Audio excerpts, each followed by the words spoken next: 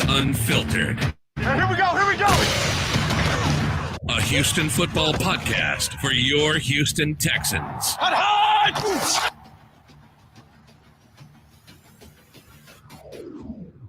And here we are again on another beautiful quarantine Monday, Texans Unfiltered.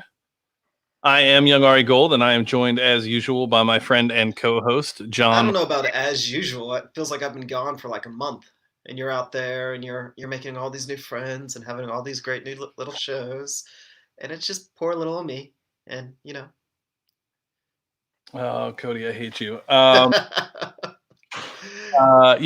mean, it's been a very interesting last couple of weeks. I mean, when you have a ton of time on your hands, you can either be productive or you can wait and hope that things come to you. So, I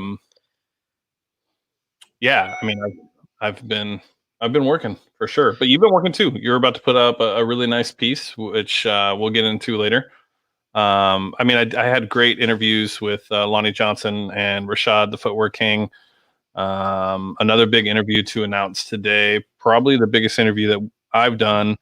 But some house cleaning notes before we get into just the show and everything else that we're working on. A couple things. One, I am in the process of having all new floors put in the house, and they are still here. So I think they're about to finish, and if you guys see me disappear through the stream, that is going to be the reason why, as I am saying goodbye and thank you. So that's one. Two, Jordan Palmer is confirmed for a May interview. We will be talking a lot about Deshaun Watson, as people, I know most of our listeners know, but people on the stream, maybe you're new to the show. Jordan Palmer is the off-season quarterback consultant for Deshaun Watson. We had him on, 2 years ago, John? Yeah, 2 years ago after his rookie year. Jordan and I have talked quite often, but just things haven't worked out. He's recently added a new addition to the family and things like that. One of my good friends ended up going to be a VP at his company, Common Thread, and we started to talk again. So he is confirmed for May. So the point of that conversation is, I'm going to do things a little different. I'm going to use the share screen option on here, and I'm hoping I can get him to do YouTube, and we're going to break down film together, as there's some tendencies I've witnessed with Deshaun that I want to talk to him about. And then I also want to put an end to the rumors of Deshaun wanting out of Houston, so everybody can just go ahead and relax, since nobody else is able to put something out there to let people know. So that's another thing. Second thing, me and Patrick Storm are going to be doing a lot of things together. We have no idea what that looks like right now, as we're working on the details of it. But, Pat has a really good following, very smart guy, has a good pulse on the organization, has relationships that are opposite of the relationships I've established over the last 4 years. And me and Pat are going to be doing some things, probably start off with some IG lives, doing some Q&A and things of that nature. 3, Dane Brugler and I will be talking on Friday at 3:00 to discuss draft stuff. So if you guys have questions, send them to me at james@texansunfiltered.com. We'll save that interview and combine it with John and I's draft episode for Tuesday. Because we haven't talked draft yet, because Bill O'Brien keeps us in the headlines every week. So we haven't really had a chance to really break down the draft. And then do we drop the big news now, or do we wait a little bit? Yeah, you got to drop it. You think right now? There's not enough. Oh yeah, we got to probably say it about like 6 times throughout the show, because it's really cool. All right. So the big news that I wanted to announce on the pod, and this is really big news personally for me, but it's just big news for you guys as well as listeners and people that have been supporting us for a long time. We have a lot of you guys that have been supporting us for a long time. So, the interviews and stuff are really for you guys. But this one's big. So I landed an interview. I landed the first interview by any media with David Johnson. So I will be interviewing David Johnson sometime soon. We're in the process of scheduling now, but yeah, I'll be interviewing the newest edition, David Johnson, surrounding all of everything going on with DeAndre Hopkins. It's funny, when his agent responded to me, he said, as long as you keep it positive, he's more than happy to do it. And I told him that's really kind of all we do anyway. So I'm not looking for clickbait. We're not looking to go viral off of a couple statements. Our goal is to establish relationships and maintain them. And we've done a good job of doing that so far. And that's something I want to continue to do. So David Johnson. Yep. We gotta remember with this guy, and it sucks for David Johnson because he's a part of that trade where, I mean, let's be honest, the vast majority of Texans fans kind of feel like their hearts got a little ripped out. But we shouldn't take that out on David Johnson. He's a phenomenal talent. If he's healthy, he's going to be a great addition to the team. If you've already taken a look at his Instagram and his Twitter, he's already a great addition to the community. So to be able to welcome him and be the first podcast on it, I mean, that honestly, James, congratulations for nailing this, or for landing this interview, because that is just absolutely amazing. And I look forward to being a fan on this one. Yeah, thank you. No, it's really cool. It's really cool. You know, it's interesting. A lot of people keep asking me. No, not chilling, man. You should be excited about this, y'all. Absolutely. People always ask me, like, how do you get these interviews? How do you establish these relationships? It's funny. My day job is sales. So I am the guy that convinces people to buy from me when they don't want to buy from me. So I am in charge of getting responses from CFOs and CEOs all day. That's my job. So it's all about the initial email and the context of that email and what you're putting in it and how you're approaching it, how you're wording it. Why does it appeal to them, and what do you bring to the table? And that's what I do. So where I get all these interviews from is from just being a relatable person, because at the end of the day, what people tend to forget is the person on the other side of the email or the phone is a person. And that's the one thing that people leave out when they're connecting with other people, is they don't realize that when they're talking to them, that's a person. So talk to them like a person. And I'm just really good at it. Not to just toot my own horn, but there's a reason why I'm successful in sales, and there's a reason why this works. It's because I like to build relationships. So this is a good one to have. Lonnie's a good one to have. You know, all the other ones that I have are great, but really it's for you guys. Like, you guys keep pushing me. And as I get these bigger interviews, I just continue to want to push. So I'll never stop. But yeah, David Johnson here, and timing wise, I'm not sure. And honestly, if something falls off, I wouldn't be surprised. Like, we had Lonnie Johnson, Duke Johnson, and John Weeks all lined up for the event, right? I think that's out now. Well, if it's not, it's out now. So those were the guys that were going to attend the event. And I don't know. Anyways, so that's the big news. We'll talk about it a little bit more later as we go on, because people will join the stream. But David Johnson interview over the next week or two. So hopefully before the draft. But yeah, and we'll kind of take it from there. Smile, John, Pat says. I'm smiling. Yeah. I'm excited to be back. Gotta let James go on his, let him preach for a minute, because he kind of earned it, and that's kind of what James does. So yeah, dude, we got David Johnson. We're excited. We're gonna bring it up probably a couple more times. If y'all got questions for him, start sending them over to James. It's not a guarantee that he'll get them in, but it does make a big influence on. It makes an influence on the questions that are asked during the interview. Yeah. Deer Hunter. Yeah, I am. I'm hoping Jordan Palmer could end up being a live stream. It's funny though, with those kinds of situations, it's just a little bit different, as people aren't always set up to do those things at home. Especially somebody like Jordan Palmer, who is constantly working on the field. David Johnson could potentially. I'm going to still position it as that, but we'll see. I want to get to know him. I want to talk to him, and then I'll fill him out, and then just kind of go from there. Boxer briefs are the move, by the way, just in case there's debate from anybody. It's boxer briefs. I think And that's pretty yeah, unanimous. yeah, I would agree. Unless you're Except like, obviously for Patrick because he's the one asking the questions. So you know. yeah, Pat's probably a Briefs guy. He looks like a Briefs guy. All right. Well, John, kick it off because this is one of those weeks where you put everything together.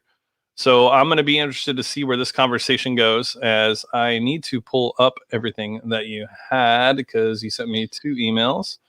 So I will pull that up. So the future of the Texans offense. So as you guys know, this is the first stream that we've done since the Brandon Cooks trade. We did a virtual happy hour on Thursday, which we do every Thursday in case anybody is interested in joining. Send me a DM or an email, or send Pat an email, or send John an email, or however you guys want to get a hold of us. We can add you guys to it. We had, I think we had like 38 people last week. John, it was like 38, something like that. It was more than 38. Okay. At the highest point, but it was pretty consistently around 30 people. Yeah. Which was really cool. And so it was we fun, actually got most of our thoughts out on Brandon Cooks. Cody, I wasn't trying to be a smartass to you the other day, but that's the truth. Our initial reactions were during the happy hour, which was great, and we got to hear a lot of other people's feedback. We're going to kind of, it was also great because it gave us kind of a trial run on what we'll talk about tonight when it comes to Brandon Cooks, because we've already kind of talked out these things, and it's a little bit more polished. I know a lot of y'all like it when we're not polished, but this one's a little bit more because of that. And the happy hour was just great. There's so many of y'all out there that are just absolutely knowledgeable about the Texans. The amount of football knowledge that our listeners have blows me away. I would say the vast majority of you are a lot smarter than me when it comes to this. You just haven't got out here and got on a podcast. I always encourage anybody and everybody that wants to podcast to do it. It is a lot of work. It's worth it. And some of y'all actually could, and I would definitely listen to you all if you did. Yeah, no, I agree 100%. I saw somebody on Twitter, I think Texans Draft or something like that, was looking to do it, and I liked his tweet. Like, bring it on! Like, everybody, you guys have the same ability that we had 4 years ago. If you want, I'm gonna try and talk the Texans Draft. It's one of those things where if we see somebody that's really active on Texans Twitter, lots of times we'll reach out, start talking to them, and invite them on the show because God knows we're going to need a lot of filler this summer. I mean, or it's not going to be, yeah. Because Bob will make a trade every week. We should thank him for that. I mean, regardless of what you think about Bill O'Brien, he's given us a lot of material to work with. That's true. Anthony, what's going on from Australia? That's pretty. That's awesome. That's dope. Yeah. All right. So Brandon Cooks. So like John said, the happy hour, we got a lot of it out. And the reason for that was because the happy hour started about an hour and a half before we actually got going on the happy hour. John, go ahead.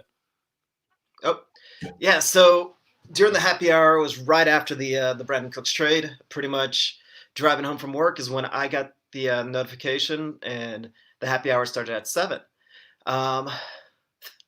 Yeah, a group of 2 or 3 white guys is called a podcast. There you go, Cody. We'll have to get you back on here eventually. However, it lined up kind of perfectly with the happy hour, which, I mean, I wish we had recorded it because there was a lot of great discussion on it. Essentially, the overwhelming feeling is Brandon, from most of the fans that joined us for the happy hour, was that everybody's very excited about Brandon Cooks. This is a move that adds depth to our offense, and Brandon Cooks is a very solid receiver. 4 out of the last 5 years, he's gone over 1,000 yards. He's a guy that, if you read the scouting reports, he comps most comparatively to T.Y. Hilton with a dash of Darren Sproles. It's funny, I was reading his pre-draft scouting reports and his post-draft scouting reports, pre-combine and post-combine. Prior to the combine, they thought that he was going to be a Darren Sproles, but bigger. After the combine, he goes in there and runs a 4.3, and they're like, never mind. That exactly, Cody. That boy is fast. There was concerns prior to the combine that he was just a stop and start guy, very fast into his cuts, but didn't actually have breakaway speed. He goes into the combine, runs a 4.3, and of course, as soon as he gets into the NFL, that's all we talk about with him is speed, speed, speed, speed. One of the things that I wanted to kind of point out is everybody keeps comparing him to Will Fuller and comparing him also to Kenny Stills, but there's more than one way that speed is used in the NFL. One of the things that is very overlooked with Brandon Cooks is his ability to take a handoff. Essentially, I think even last year in an off year, he was a top 5 receiver with rushing yards. So this is a guy that just adds the ability to stretch the field both horizontally and vertically, as well as being, of course, an elite deep threat. I wasn't actually planning on having to go solo this long without James. This was supposed to be a little bit more of a give and take. However, again, extremely excited about Brandon Cooks. And one of the points that I would like to throw out there about all the moves that Bill O'Brien has made, if you take away the cost of the moves. So not going to argue, definitely not going to argue that Bill O'Brien has not overpaid in every single transaction. However, if you just take a look at the end result and what we have put together on the offense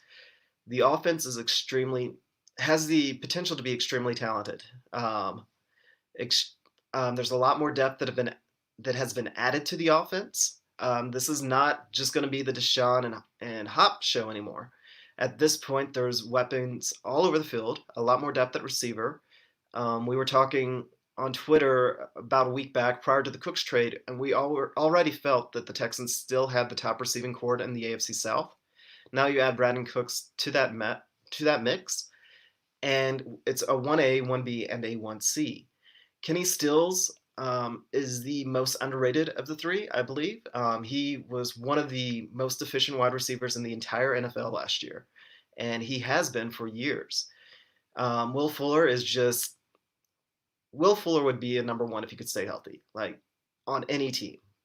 With him, it's always about health. And then Brandon Cooks is a legit number one. And yeah, it's speed.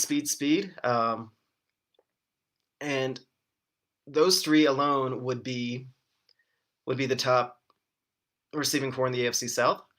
Then you add Randall Cobb, who did have a resurgence last year. He was routinely called overrated or over the hill. But let's remember, last year, separation, Cobb was one of the top receivers in 3 yards of separation. He was also one of the top receiver in yards after the catch. He had 6.2, which was, as a slot receiver, they're usually put in a position he's usually put in a position to have a lot of yak because he's going to be matched up against linebackers and safeties. However, he still had a positive expected yak. Like, he still produced more yards after the catch than he was expected based on next gen stats. So again, Randall Cobb is not over the hill. He has battled injuries, but he's still a weapon. So we've got speed, you've got Cobb, and it's a lot more depth. No, James has had to run and deal with the floor people, so I'm just here monologuing, trying to kill. I have no idea how long, and I have no idea how much of the material that we had planned for the podcast I need to blow through, because this is the way that quarantine works and construction works. Well, we've got about 24 people watching. How about y'all just ask questions and let's try and kill time without killing content before James gets back, and we can always edit this out on the actual podcast.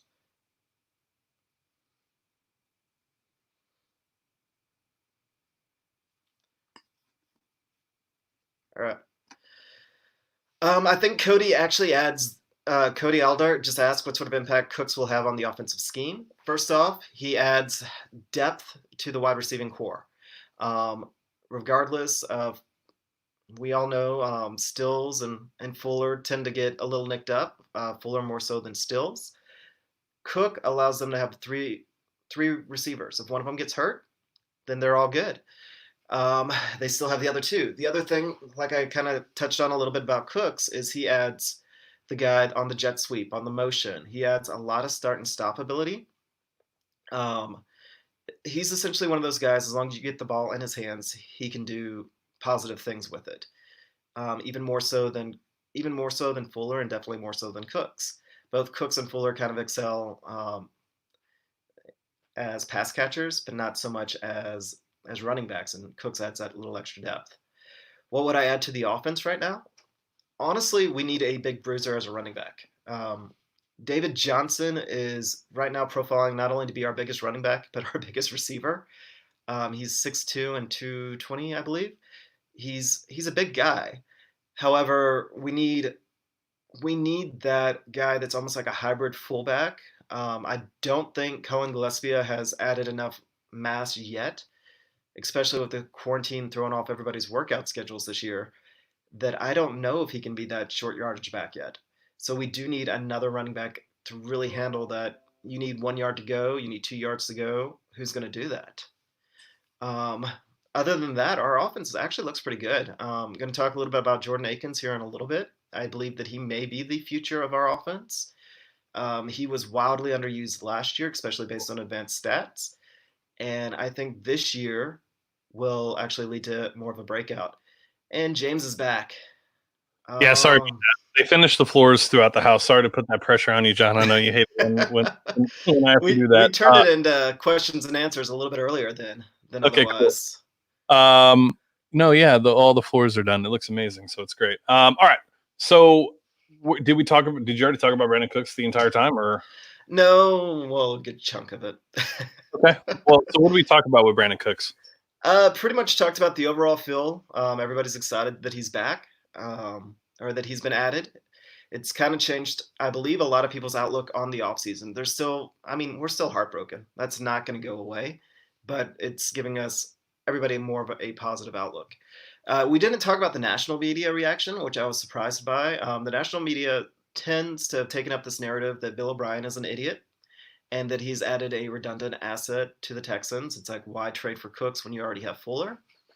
Um, would you have a comment towards that? Towards the national media reaction to the trade? Correct. I think the national media is retarded. Sorry, that's wrong. I got to eliminate that word from my vocabulary now that it's 2020.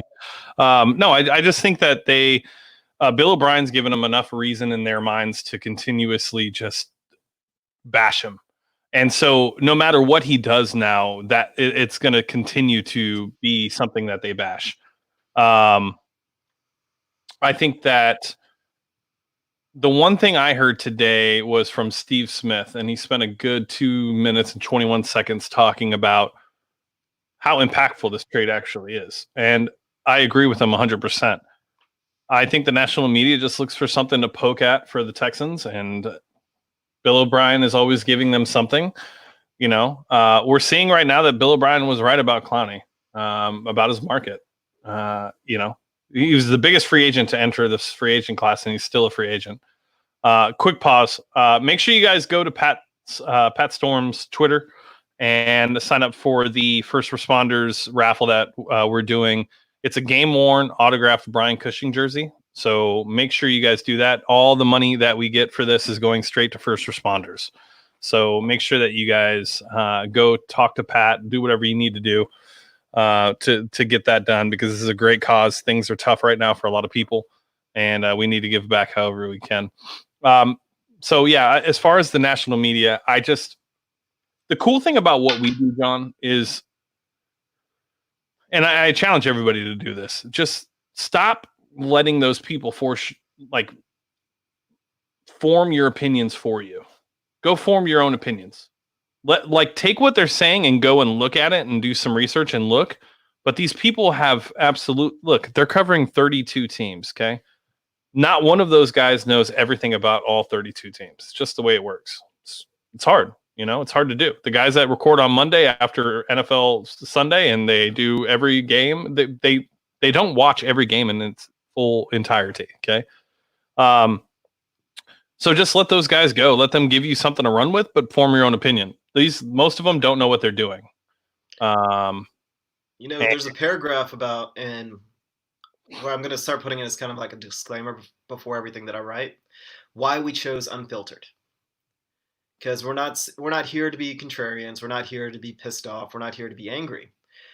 When we were going through the names, the thing that we always talked about is how the media narrative filters coverage of the Texans. Correct. It does not matter what's actually going on, and if you actually live and breathe Texan stuff, if you're more familiar with the team than the national, you always get a drastically different impression of the team versus what national media coverage has when we even get national media coverage. So us going unfiltered was just us more or less saying, fuck the narrative. We're gonna actually talk about what we see. Yeah. Now, also on top of that, lots of times there's a lot of negativity out there just to be clickbait.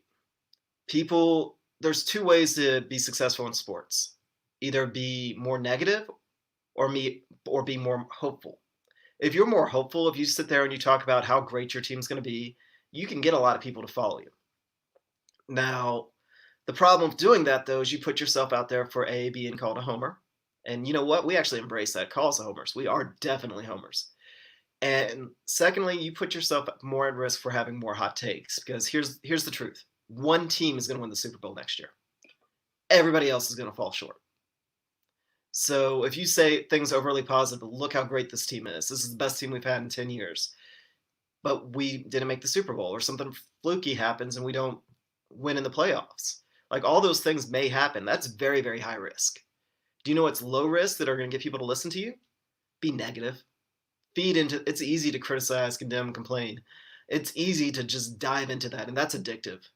Because when one person starts, everybody else can just jump in because it's easy to do.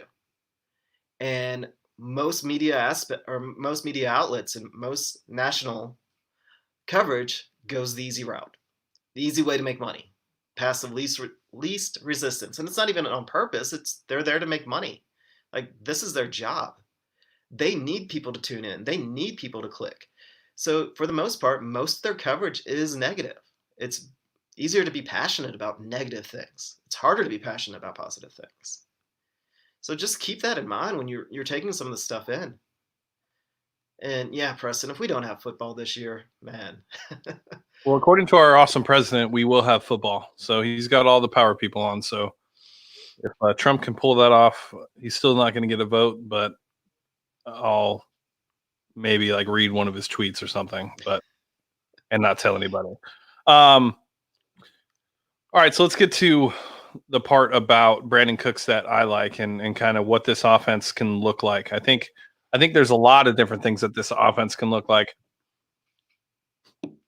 I think that that was a cough, in case anybody's worried. You're not close enough to have to freak out, like when you cough in public nowadays. Oh man, I was at Costco the other day. Yeah, I was at Costco the other day and I sneezed into my elbow. It didn't go anywhere, but swear to God, all of Costco stopped and just like looked at me. I'm like, if you cough in public, everybody scatters. Yeah, it's insane. So Brandon Cooks in this offense, I think there's a lot to it. I think one of the biggest things for me that I took away from the trade itself is just we've seen what this offense looks like without Will Fuller. We won't see what this offense looks like without Will Fuller again. Because Brandon Cooks is basically now another form of insurance. So that stagnant offense that puts up 16 points a game when Will Fuller is out will now not be there. Now we have Brandon Cooks for those types of situations. So I like that. A lot of people, when I tweeted that out, a lot of people liked it, but then a lot of people were like, well, so you're telling me that Bill O'Brien can't scheme an offense without Will Fuller? Well, it's not necessarily that. It's you have nobody else that can stretch the field. So no matter what your scheme is, if you can't stretch the field, everything's going to be underneath.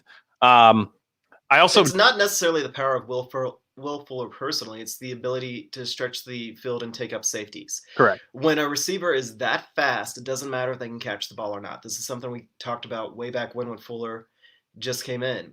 When they are that fast and they're able to threaten that deep and run solid routes for deep routes, they're able to not only pull the corner, they have to pull a safety over. You just have to. There's no other way to cover it. Why Kenny Stills can? He absolutely can. He can, and he has. And he absolutely has. However, what teams kind of caught on with Kenny Stills is Watson actually didn't look for him deep. Kenny Stills, I said earlier in the podcast, was one of the most efficient receivers last year in the entire NFL. However, he was criminally underutilized by Deshaun. Same with Jordan Akins, criminally underutilized. So Deshaun had weapons. However, he tended to rely on guys he trusted. And was still completely understandable, the dude joined the team before the first game of the year. There was no practice with him. There was no preseasons with him. There was no offseason with him. And deep routes take timing. Deep routes, more so than any other route, you have to have a relationship with your quarterback. There's a reason why there's not a lot of guys that can run 4.3, but there's guys out there that can run 4.3s that never catch on in the NFL. Because yes, they can run that fast, but they never get enough passes thrown in their direction because they never develop a relationship with their quarterback. The defenses just don't respect them. And it was a little bit with Kenny Stills. Now, this year, hopefully, they'll actually get to practice and have a year to build on. That timing will be there. Yeah. And that will change things. And that's part of what's going to make Cooks fun, because you throw Cooks in with Fuller and Stills both occupying the safeties, and good luck. Yeah, I also think another part of the Brandon Cooks trade that people just seem to overlook is Brandon Cooks is a very, very good route runner. Very good route runner. Very crisp routes. Will Fuller is a very good route runner. Very crisp routes. When you add that to 4.3 speed, it's just a whole nother level of threat. And those two on the field at the same time, it's going to be very interesting. I was talking about it the other day.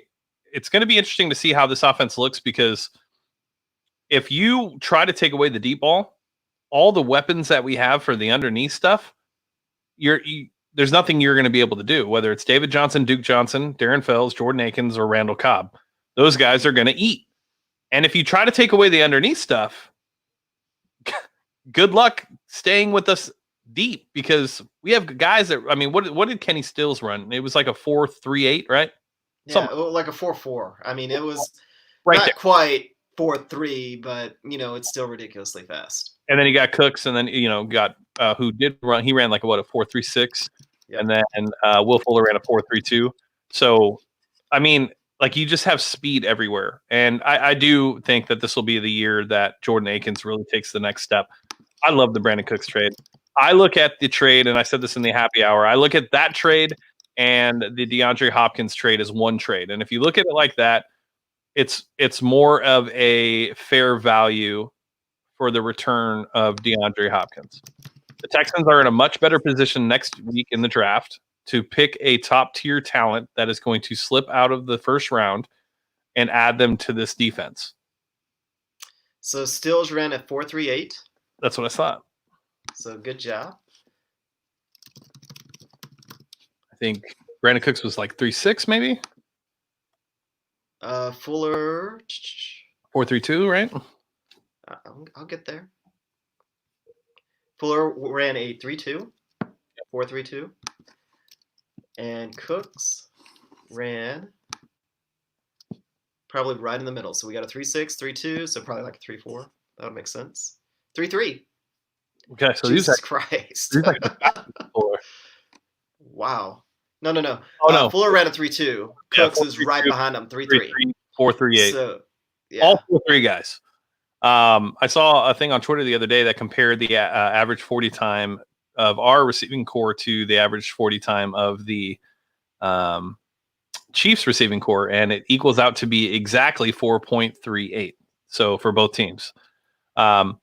Yeah, this team's going to be fast. It's going to be fun to watch. Like, whether it works or not, nobody knows yet, right? We still have so many opportunities to add talent to this team to know what this roster is going to look like. It's April. It feels like it's August because of all the moves that have been made. But, yeah, and Cobb ran a 4.4. Not awful. Now, he probably runs like a 4.5 now. What people tend to forget that he's a 10-year vet. I don't think people realize how long Cobb's been in this league. Very good route runner. I love Cobb. Anyways, when you look at this offense, I don't expect any more pieces to be added to the offense. If there's any piece that's added to this offense that'll make an impact this year, I do think that maybe there's a chance we take a running back in the draft. But outside of that, I think this draft or this offense is pretty much set. Maybe there's a guard that falls that we take, and we end up eventually cutting Fulton, so Texans Twitter can all throw a parade that we cut Zach Fulton for some reason. Um, but outside of that, I think this offense is pretty much set. We're set up for a best player available draft solely for the defense, and I think the Texans are just in a really, really good position moving forward. Only one more year without a first round pick, and yeah, I don't know. I just can't see the negatives in this offense. The positives I see are that, unfortunately, with DeAndre gone, who we all love, we all appreciate, stand up guy, second best wide receiver in the Texans uniform, would have potentially been the best had he stayed. To some people, to me, he wouldn't have been. But I forgot where I was going with that. Where was I going? I need to stop looking at the comments. No kidding. When I was trying to monologue earlier, I would get stuck reading the comments, and I was like, "Whoa!" And the comments actually make this fun. It does. So that's what's the best part about streaming. So that's why we keep reading them, because it's like, what great thing did y'all come up with, or what stupid ass shit did you come up with? But we never call you out when you say something stupid. I would say this about Hop, and I know where kind of. And have you remember the term the Ewing theory? No. So Bill Simmons, back when he was still fun to read, came up with this idea a couple of years. It's probably been 20 years ago when he came up with this thing. It was called the Ewing theory. When Patrick Ewing was on the Knicks, he required so much of the ball to go through him that he suppressed the skills of everybody else around him. So when you take somebody like Ewing, Ewing finally retired or whatever, I don't really remember because it was 20 years ago, the rest of the team got better. So when you take one guy that just demands so much attention, it forces everybody else to actually rise up to their level. And that may be something with the Hopkins trade. Maybe. That's what I'm kind of hoping and praying. There was another podcast that kind of pointed out that every time a number one receiver leaves an offense, usually the offense gets better. So when Megatron retired, every time Randy Moss left, other than with the Patriots, the offenses got better. Really couldn't find out with Antonio Brown what would have happened because the Steelers had so many injuries. But usually when there's somebody like that just takes up so much of the offense, especially as a receiver, when they do move on, the offense actually gets more efficient and quarterback play improves because they're no longer trying to force feed that one receiver because he is all world. Now, this is not to take anything away from Hopkins. I love Hop. Like, I absolutely do. However, that's part of probably the reasoning that went into making the move is Hop was going to demand $20 million a year for a receiver. He wanted to be the new number one paid receiver. Yes, he earned it. And I think and Bill O'Brien even admitted, he's like, yeah, he's earned it, but we're not going to pay that. If you dump $20 million into one player, no matter what other sort of talent is brought in around him, especially when he had the personality like Hop, when he had the relationship he had with Watson, everything was going to go through Hop, like it or not. And due to us having crappy quarterback play prior to Watson, we tried that. We tried Hop actually in his prime running the offense through him. Yeah, he carried us to the playoffs, but we didn't get anywhere in the playoffs because you took away Hop and the offense stopped. Now, when we played the Colts and Hopkins got hurt, the offense stopped. This year, when we played the Chiefs, the offense didn't really go through Hop. Granted, they did against the Bills. We don't get to the Chiefs without Hopkins versus the Bills, but that might have been one of those things that was kind of eye-opening. If we rely on Hopkins to run the offense through him, in the playoffs, we are going to be extremely limited. And are we going to sink all those resources into one player, no matter how great that player is, the guy that I still believe has a very good chance of ending up being a Hall of Fame type career? There's a couple of articles out there that try to defend the trade by saying that Hopkins was regressing, which he may have. I mean, if you actually pull up the stats, next gen stats and true stats, yeah, his true stats were off a little bit, but his like next gen and the more advanced stats, there's been no change in Hop. Hop was still Hop. He just didn't have the ungodly counting stats. However, as great as he was, you can't run an entire offense through him, especially when we are supposed to have a top 5 quarterback in Watson, which we all believe him to be. So that relationship probably had to be broken up. I think the biggest part about DeAndre Hopkins leaving, and people will look at you and tell you you're an idiot. And Pat kind of mentions it in the comments, where he basically was the crutch of the offense. He was also the crutch to Deshaun Watson. I've been screaming for 2 years on this podcast that Deshaun does not go through his progressions quick enough because he's always looking at Hop. I've shown it on film. I've talked about it on here. When you have somebody like Hopkins on the offense, it could be detrimental to your quarterback, as he knows that he can feed the rock to DeAndre. But when DeAndre is taken out, it limits what Deshaun is able to do. And for Deshaun to take the next steps, I really honestly believe that DeAndre Hopkins being traded is going to help Deshaun develop better as a quarterback. And we'll talk with Jordan Palmer about it. But I honestly believe that. I really do. Joey Texas, the big announcement is that I landed the interview, the first interview with David Johnson. So, really big news. Hopefully that satisfies your cravings for big news. If it doesn't, then I guess it just satisfies mine, unfortunately. So I mean, like, it's not taking anything away from DeAndre. But we've also seen, like, I know he's only, what is DeAndre, 27, right? He'll be 28 this football season. Correct. So, I know that that we're probably not going to see a massive decline, but it's going to be interesting to see how he works in the Arizona offense, because they're bringing him in to replace Larry. Fitzgerald. Yeah, Sure. Larry. Sure. That's why he is most comparable to Fitz. You could kind of see this year that they were starting to use him in a similar manner here with the Texans as the Cardinals uses Fitz. Kind of like a big slot. However, I don't know if Hopkins will naturally work out in that position. Granted, that's what his skill set kind of fits. He's not as thick as Fitz, so him being able to block and kind of doing a lot of the little things. But Hop is going to be a good receiver for the foreseeable future. Like, he's not over the hill. I agree. I agree. I don't think he is either, but I also don't think people realize how good Larry Fitzgerald actually was in his. Oh, definitely.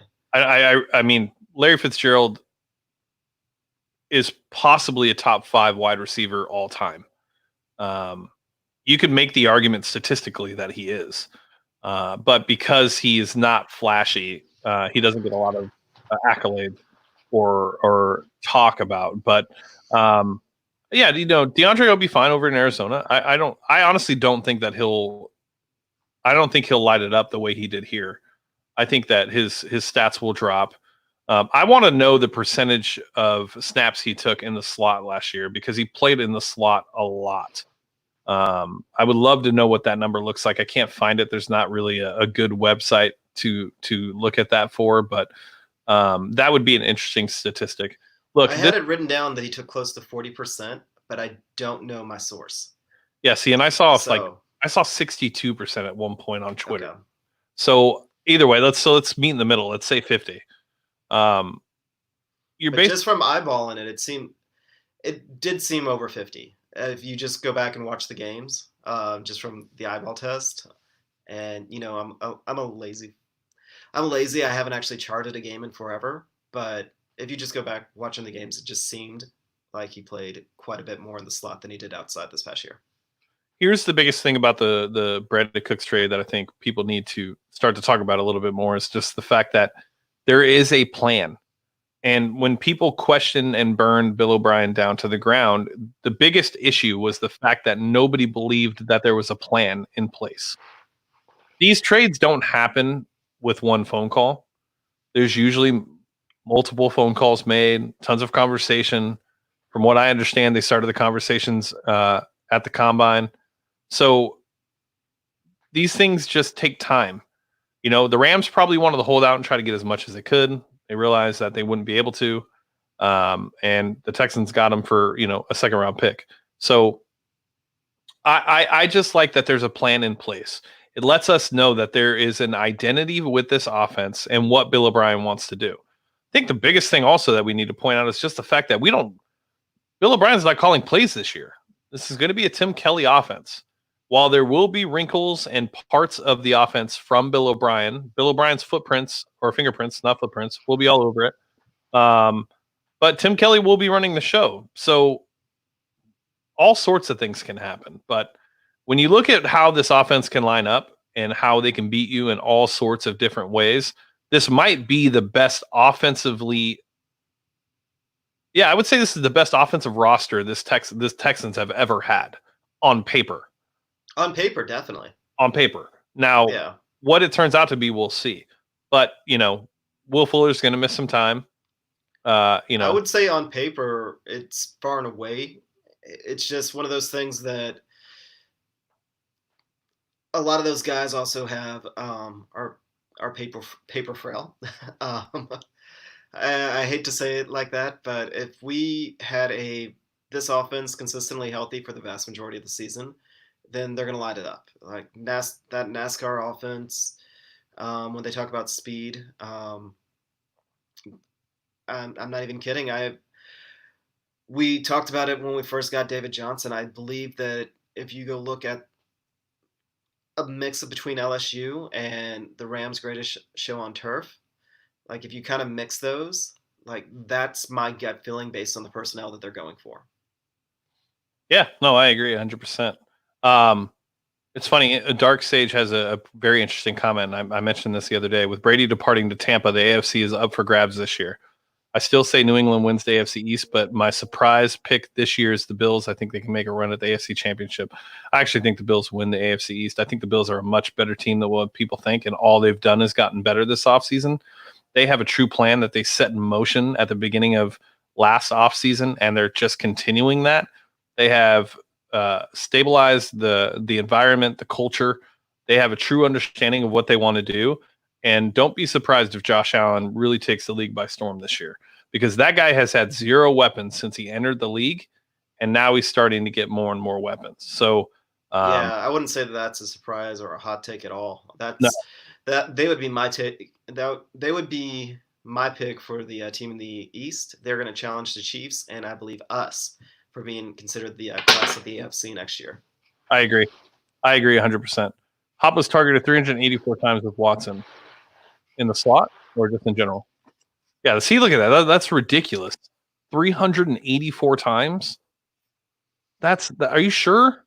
Because he only had like 100. Didn't he only have like 100 catches? No, he had under 100 catches this year, didn't he? I'm pulling it up. Yeah, that's kind of crazy. So Hops had 104. He had 104 receptions. His target percentage was it's 150 targets, and his catch percentage was 69.33. Yeah. Okay. Oh, so, together career Watson's career. Yeah. Okay, definitely. I was like, holy shit, Watson is so inaccurate.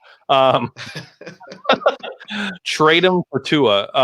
No. Oh my gosh. Yeah. At that point, if it was just last year, 384. Yeah, then let's try and get those 2 draft picks. All of a sudden, those bullshit stories. You know what? Let's not call them bullshit anymore. Let's encourage them. Yeah, for a career, that makes much more sense. I don't know when the David Johnson interview is going to be. I'm still in the process of working on that with his agent. And thank you, Texans 47. I appreciate it. All right, so let's get on to some other things. So we like the Brandon Cooks trade. I think that this team is going to be very fun to watch. Let's hit the agenda that you put together and start to get into some of those things, as we are already 49 minutes in. I'll let you hint. This isn't an agenda. This is just my notes for an article. Oh, well then. Yeah, we kind of talked about it.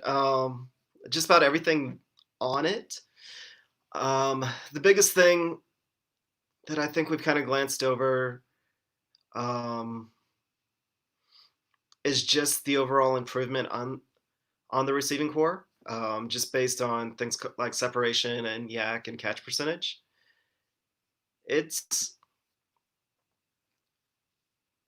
again, goes back to what we were kind of talking about, just overall offensive depth. Every player that we added fills a role, and it's a unique role. Brandon Cooks definitely has the worst hand. However, we all know what he kind of brings to the game with speed and flexibility. It's interesting to me, though, that Hopkins and Stills both had 2.7 yards of separation when they were targeted, which was actually very, very low. Other interesting facts when I was kind of deep diving into these, of course, we talked about Akins. Akins he's going to be something. Next year. It's next. Yeah. It's next. Next year, year 3 is usually when tight ends put it all together. The way that they're going to use him, I typically don't tell people when in fantasy that to get the receiving tight end because they're not on the field enough. Fells is still going to get the touchdowns. However, if you do play in a PPR, Akins will actually be very, very interesting for fantasy because he's going to be used. Again, he's one of those guys when you look at like efficiency stats and next gen stats on NFL.com and just about every other website out there, you realize how criminally underused he was and how open he was all the time. And if you go back and you actually pull up the games, because I'm not one of those guys I believe analytics give you a place to watch video. Like I essentially use analytics to see where I'm going to waste my time, who I'm going to waste my time watching. Like I don't have enough time to consume. I don't have enough time to grind film like some of these guys on Twitter that talk about how many times I've rewatched the game. I can rewatch the game maybe twice. I can't watch it 6 times. So I do pull up analytics and I pull up these stats to kind of figure out what am I going to go watch? What jumps out to me? And with Akins, when you look at his separation and his yak, and you go and you pull up just about any game that he was targeted in, you're like, holy crap, why didn't Watson throw him the ball more? I mean, he is a better player on the field right now, better route runner. And then most of the tight ends we played, I didn't watch every single tight end, but just kind of comparing them to against guys we played. Like this is a guy that's going to he's going to be the guy on the offense next year, I think. He's going to turn into the safety blanket. Like he's just watch him a little bit closer. If you have everybody, I believe has all 22 right now. Yep. So just go pull it up and just go watch Akins. Just watch him run a couple of routes and watch him stand in the middle of the field by himself and not get the ball. And you will start to understand why James got so frustrated at times last year with Watson. Is he would have receivers that were there that were easy throws just standing around that could have, they could have had a camp out because they had so much room out there. And Watson still locked onto his first 2 targets. And again, there's more. There's the constant Bill O'Brien bashing on Twitter about how this offense is trash. Now, there's a fair argument to be made that maybe Bill O'Brien didn't necessarily build the offense to the strength of Watson. That maybe in a more traditional West Coast offense where you have your first read and you do whatever you can to scheme that first read open because Watson's going to lock on to that read, that may have been the better direction to go. However, with this style of offense where the reads are determined by the way the defense is lined up, and the quarterback gets to decide who his read is, that maybe didn't always work the best with Watson, which kind of goes back to our original point with the Ewing theory that maybe him breaking that relationship with Hopkins, while painful for all of us, like, again, I'm going to bring it up just because I feel like I have to disclaim everything talking about Hopkins because it is a sensitive subject because he was very well loved. I did shed a tear when he was traded. I was floored by it. I didn't really cry, but I'm going to exaggerate slightly on it. However, it may be what's best for Watson. And especially when you have a guy like Akins who could go out there and, no joke, do a line dance, do the Texas two-step, and still be open because there was nobody near him because he created so much separation. Yeah, I think what was it? What was my second question to Bill O'Brien in my interview with Bill O'Brien? Do you remember? I do not. Does Jordan Akins, this was 2 years ago when he was drafted, does Jordan Akins being 26 when drafted give him the upper hand from a maturity aspect in this league? And Bill O'Brien said that it's an interesting thing to look at when you look at the age and what he's able to do. From that moment on, from the day that we drafted Jordan Akins, I've been extremely high on Jordan Akins. I've told you guys to watch out for him. All through Jordan Thomas and Jordan Akins' rookie year, when all of you guys were riding Jordan Thomas's coattails and you guys were all excited, I says, just wait, just wait. This year is the year that Jordan Akins really just destroys everybody and starts to really make a name for himself. My next film study is going to be on Jordan Akins because I've watched all his film. His separation is ridiculous. Ridiculous. He is like a Kelsey. He's a Kelsey-esque tight end. And year 3 is exactly what John said is the year that tight ends start to really put it together. And he's built chemistry with Deshaun. That I'm telling you, just watch Jordan Akins. He's going to be incredible. So just remember where you guys heard that first 2 years ago. All right. Trying to think of what else. I think that's really it. I mean, we're going to get into the draft next week. We're going to do a virtual draft happy hour. So we'll do one Thursday night and Friday night.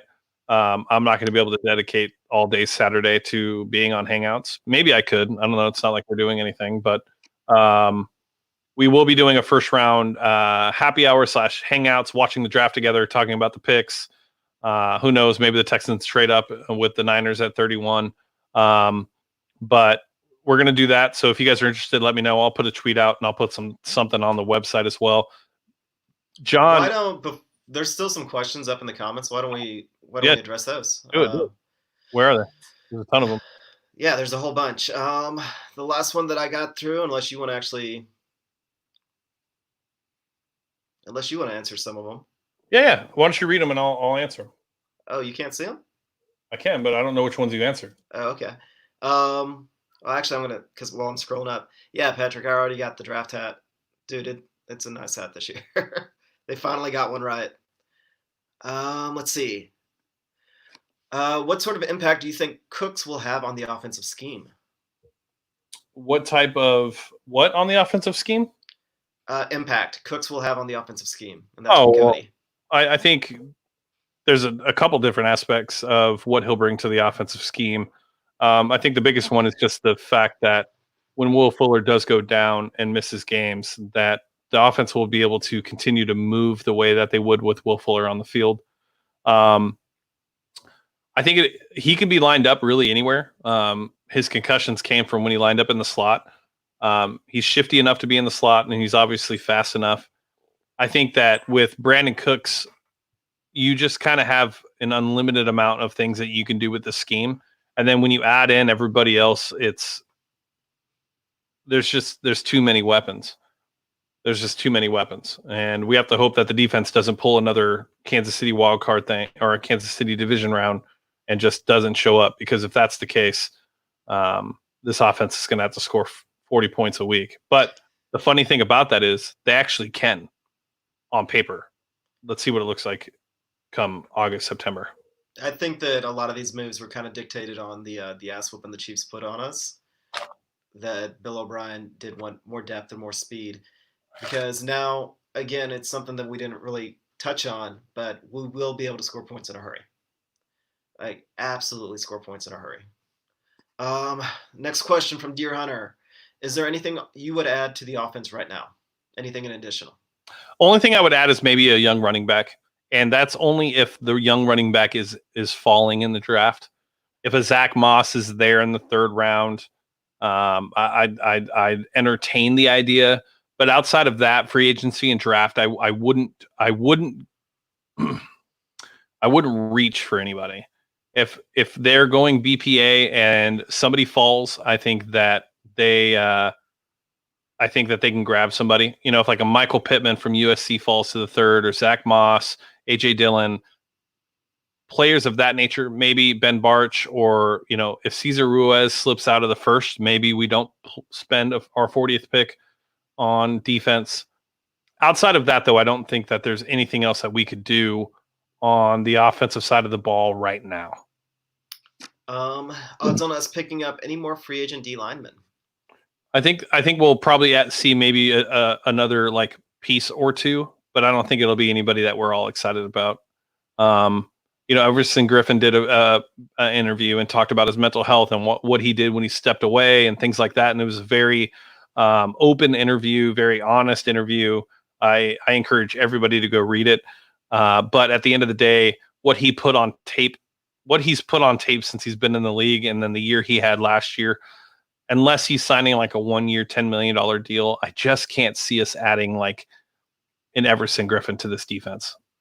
I would say that moves on the defense, and I'm going to include the entire defense, not the defensive line, probably on hold until after the draft. Kind of depending on how the draft goes for us. I could see Eric Reed becoming an option if we don't pick up a safety. I actually think safety will probably be our number one target. However, it'll be best player available. If the right safety falls, that's who they're going to go after. And I could see them making another. Apparently they've been in talks with Snacks Harrison. However, it's just been talks, but it's been ongoing. So I could kind of see him maybe if they don't pick up somebody in the draft that they really like. However, I would say that both of those are probably maybe 25% on either one of those moves happening, and all dependent on the draft. And nothing's going to happen before. I think that Snacks is, still on the board. I think that they're questioning how much he wants to play, especially with some of the stuff that he's found. Sorry, Pat just sent me some interesting stuff. I think Snacks is interesting because if we can grab him, we could put Timmy Jernigan on the end opposite of JJ, which then gives us a little bit more flexibility on the defense, which I would like. I would be totally fine with Timmy Jernigan lining up opposite of JJ, and then having Snacks man the middle. That would be fun. That move alone, yeah, that move alone for me would give me enough to be excited about the potential of the pass rush when you consider Jacob Martin, Charles Omenihu, Duke Ejiofor, and Whitney Merciless. There's lots of guys that can get after the quarterback there. So it's funny because you can look at the offense, look at the defensive line and the defensive scheme, and it's only one or two pieces that you really need to be able to manufacture a pass rush. And even though adding Snacks may seem like a big move, it's really not that big because he's not going to cost as much as you would spend for DJ Reader or any of those guys. But because he can man the middle and also push the pocket, if you can have Jernigan and Watt on the outside and then Omenihu, Watt, Snacks, and Jernigan on the line, and Martin and Whitney rushing on the edge. Don't forget about Duke Ejiofor. Well, I'm assuming Duke's playing, but I still think Jacob will probably get. I'm just saying, 2 years ago he was everybody's darling during the preseason, and man, now 1 year out, and everybody forgets about him. Yeah, but remember when he first broke out in the preseason, and everybody was like, "Trade Clowney now. We got Duke." Yeah, no, I remember. Now we never talk about him ever. No, we talk about him in the virtual happy hour. I think just we talk about him. I'm talking about. No, nobody will because it's a what have you done for me lately league, and. Because he's been hurt 2 years in a row. Look, Duke has a ton of potential, but Duke also was always hurt in college as well. Correct. That's why he fell to us when he did. Correct. The potential is there, but he's got to stay on the field. And this will be the last year he has to really put it together. So hopefully he's working hard this offseason. But the things that Duke has as a pass rusher, nobody else on this team has at the outside linebacker. Like what makes Jacob Martin such a good outside linebacker when rushing the passer is his quickness off the line. Duke has quickness off the line, but he also has strength, and he also has these incredibly long arms, very similar to Charles Omenihu, just a different position. Duke, I would love to see Duke play. I really hope that he can, because I do think that he could be a game changer.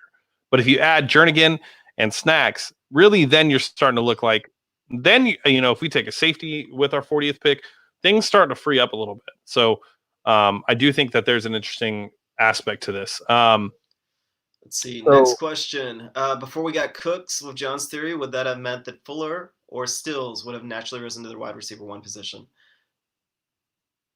All right, say that again. Before we got Cooks with John's theory, would that have meant that either Will Fuller or Kenny Stills would have naturally risen to the wide receiver 1 position because of the vacuum that Hopkins left?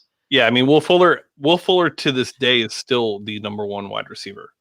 It's just, can he do it? Can he stay healthy? Will Fuller has the potential to really be a top 5 wide receiver in this league. It's just, we all know what his issues are. It's just his health. But if you look at the way he's built right now in the offseason compared to how he ended the season, if you watch the videos with him and DeAndre, he is a lot bigger in the chest. He almost doesn't look like the same guy. Granted, his legs still look itty bitty.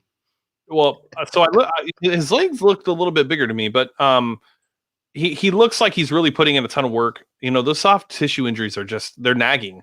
They're always going to nag. It's always going to be something. So yeah, just, I don't know. I mean, I think Will Fuller is the number one wide receiver, but you know, that could change so quickly with just one injury.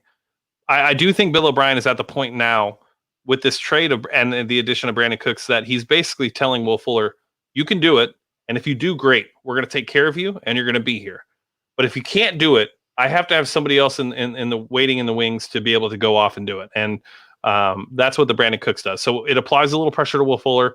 I'm hoping he rises to it because I'll say it. I like Will Fuller more than I like DeAndre Hopkins as a wide receiver. Wow. This is our very first conversation. So just giving you all a little backstory. Yeah, go ahead. When me and James met for the first time and we were still brainstorming and putting together this podcast. Can't hear you. You can't hear me. What did you say about Will Fuller in that draft? Do you remember? I do. But you liked him as a player, but we didn't need to draft him. At that time, we didn't. We didn't need to draft him. It was a luxury. The growth over, what was it, 4 years, 5 years? 4 years now. Yeah, I mean, I've been high on Fuller now for about 2 years. I think, you know, originally when we drafted him, he really was a luxury pick. I mean, there were so many other holes that needed to be addressed when it came to this team. And I just think that his upside is higher than Hopkins. I do. I think he's a better route runner. I don't think he has the hands of Hopkins, but I do think he's a better route runner. And I think he's more of a game changer on offense. And nobody has the hands of Hopkins. That's the reason that Hopkins is a good player because of his hands.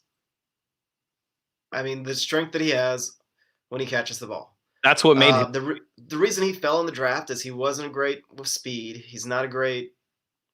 He's a great athlete, but he's not by NFL wide receiver standards a great athlete. He's skinny, but he's got hands, like probably the best hands in the entire NFL. So you cannot compare anybody's hands to Hopkins. Now, Fuller still gets this bad rap because of the pre-draft, that he drops passes all the time. But when you actually look at his catch rate, he very rarely drops catchable balls. Now, he may not go out there and make amazing catches where he picks it off his shoelaces, but if the ball is considered catchable, Fuller comes down with it. Yeah, and we saw last year that Will Fuller started to bring down those contested catches as well. So he's developing, but I don't know. I really like him. Real quick, in from Storm, there is a trade pending for BMAC. Oh, no. Yeah. There is a trade pending for BMAC. It's all dependent on the draft. It's with the Dolphins. And it all depends on who is available when the Dolphins select at 3 spots ahead of the Houston Texans. So, not that big of a surprise, considering that's how the Tunsil pick last year, that trade kind of got it started with the Dolphins going after BMAC. Yep. So, we'll see how that goes. See if it actually goes through this year. Last year, they didn't want to move him. This year, Bill O'Brien's already stated that he wants to get faster at linebacker. So that would be interesting. I wonder if there's more to it, because just to move up 3 spots, or is it just straight up for a second? Straight up for a second. Okay, so we'll get another second rounder again. I'd be fine with that. If I think this is what I'm thinking. This is the part that is interesting to me. If Patrick Queen slips to the second round at the Dolphins pick, I don't know why the Dolphins would trade for BMAC unless it's because BMAC fits their defensive scheme and what they look for in a linebacker a little bit more than what we're looking to transition to, which is very similar to the Patriots defense. They need a big run-stopping downhill middle linebacker to captain their defense. That's the Miami way now. So I could see that. Here's the thing. The reason that BMAC would be expendable is because Cunningham has grown into that role. And Cunningham is the better linebacker. And he's speedier. I mean, he can do everything that BMAC can, plus he can actually cover. So that's why BMAC still, I mean, we still love him, but we can't pay both him and Cunningham.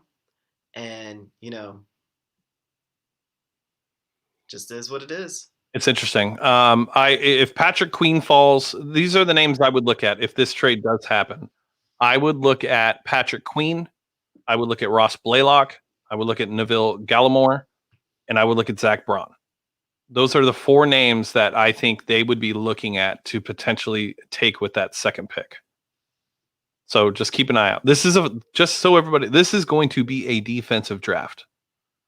And the safeties in this year's draft. Jeremy Chin out of Illinois, if he falls to the 3rd, holy hell. I love that kid's game. Hey, Giovanni, tell me about these gloves that you were talking about earlier. You're going to send me some game-worn Jonathan Joseph gloves? Is that what you said? Yeah, I don't know. Thanks, Pat, for the tip. I think that's awesome. Yeah, I mean, we've been talking about it for about 2 months now.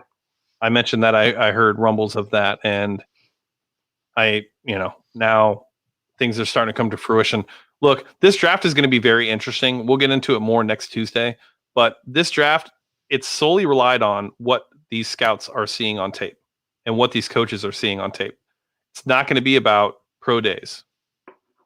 Those are out now. So it's going to be interesting because I'm actually there's going to probably be more of a premium on players that have actually played. Like I'm willing to bet there's a lot of players that are moved this year and for draft picks prior and probably even on draft night without draft capital really coming in as a return, just because this year's been crazy. Like there's not the connection that from the pre-draft. I'm willing to bet, like, if this was the same year with Patrick Mahomes and Deshaun Watson, where they weren't able to go, if they were not able to go in and do their interviews, everybody's quarterback situation would look a lot different. Just because those interviews are huge, and this year they're doing them over Skype or Zoom or whatever you want to, or whatever. I mean, so it's going to be a lot, or Google Hangouts. So they're going to be a lot different. I mean, you can even tell, like, me and James do this every week, but the shows when we're in person, when we're next to each other, are always better than the shows where we do this remotely. It's just something about having that in person. And this year, every single draft pick is going to miss out on that. And then, of course, the Phantom Pro Days. Everybody's running a 4.3 now. Shoot, yeah. If I had a pro day this year, I'm going to run a 4.3. Yeah. No, I also think that these big boards by the draft experts, it's going to be interesting to see how this all looks because, yeah, Jeremy, you're super late. I think it's going to be interesting to see names that are taken earlier than they normally would in previous drafts because all of the scouting is done through tape and watching tape and all 22 of the college films and things of that nature. So there's going to be guys that people aren't talking about that are going a lot sooner. One of the guys I would keep an eye on is Courtney Davis out of A&M. Talk about a guy that really wants to catch in the middle and take every hit that comes his way. Big guy, strong, fast, great route runner. Courtney Davis is an interesting name to watch, but yeah, you sent him to Pat Storm? Why? Anyways, all right. Okay. Any other questions? Were there any other questions? I think we got them all. Okay. Let me double check real quick. Do you think we'll struggle in the red zone due to the lack of size at receiver? No. It's a great question and something we actually didn't talk about as much as we needed to. No, because of Akins and David Johnson. That's where his value is going to come in. Again, and Duke and Akins. Right. Fales, of course, is dominant in the red zone. He's going to get more touchdowns than Akins. We're going to throw that out there. Again, Fales actually had one of the highest. You're going to throw that out there. Okay. I'm sticking with Akins. Okay. I was just gonna say that Fells actually had one of the highest passer ratings when thrown to in the entire NFL. Like if it's thrown to him, Deshaun, good things happen. Um, why are we showing? It's my new dog. Okay.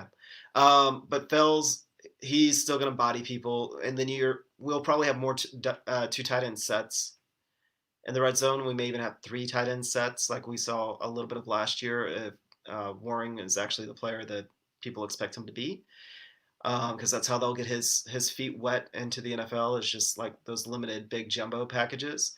Yep. David Johnson, part of the reason that he was successful is he's a phenomenal receiver, but he's also, most receiving running backs are little. One of the things that's overlooked about David Johnson is for a running back that can actually catch and run routes, he's actually a big guy. He's still a big body.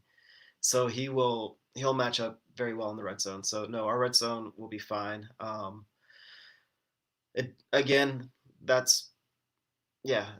fine. Is there any other questions? Another name to watch in the draft while John looks is running back Suwu Olanuya out of TCU. Dude's basically Derrick Henry 2.0. So just keep an eye on that guy's name. A little bit slower. He runs a 4.6 instead of a 4.5, but he's a great big body and apparently has better hands than Henry. Yep. If that's true, that'll be fun. And the big news. David Johnson is going to be. I am going to interview David Johnson for the first time. The first interview as the Houston Texans will be done by yours truly. And then Trevor Lawrence to the Patriots next year. Probably. If anybody can pull it off, it would be the Patriots. Yeah, absolutely. All right. Friday I'll be doing the interview with Dane Brugler. I'll see if I can do it online. I doubt I'll be able to. We'll probably just add it to our draft podcast for next week. Virtual happy hour on Thursday at 7 p.m. again. John, will you be there? Planning on it. Okay. You said planning on it or probably not? I'm planning on it. I'm planning on being there. John will be there. Storm will be there. I hope to see all of you guys there. David Johnson interview. I'm not sure when that will happen, but it will be soon. Make sure you guys apply some pressure online and tell them that you can't wait to hear him. And Jordan Palmer in May. And outside of that, I think that's it, right, John? We have nothing else? I believe that's everything. I'm just double checking Twitter and Discord to see if somebody snuck in a question that I missed. If you want to kind of kill about 2 seconds of time. Yeah. I'm telling you guys, these virtual happy hours have been really fun. They're really good to just kind of hop on and talk with other Texans fans on a Google Hangout. I can add you with your email address. We can have up to 250 people on our Hangouts. I'm super excited. I look forward to them. Everybody gets to make fun of the beer I drink, which is great. And then we just get to all talk Texans. It's fantastic. All right. With that being said, make sure you guys go to Patrick Storm's Twitter at Texans Storm Report to buy a raffle ticket for the game-worn autographs Brian Cushing jersey. All of the proceeds will be going to first responders, obviously, during COVID-19. Outside of that, I hope all of you guys are staying safe, practicing social distancing, doing everything that you need to. We're flattening the curve, which is what we're looking to do. Just keep doing what you're doing, and we'll get back to normal soon. If you want to have an NFL season, stay your ass inside. All right? With that being said, I'm Young Ari Gold signing off for Texans Unfiltered. We'll catch you guys next week. Loved this episode of Texans Unfiltered? We'd love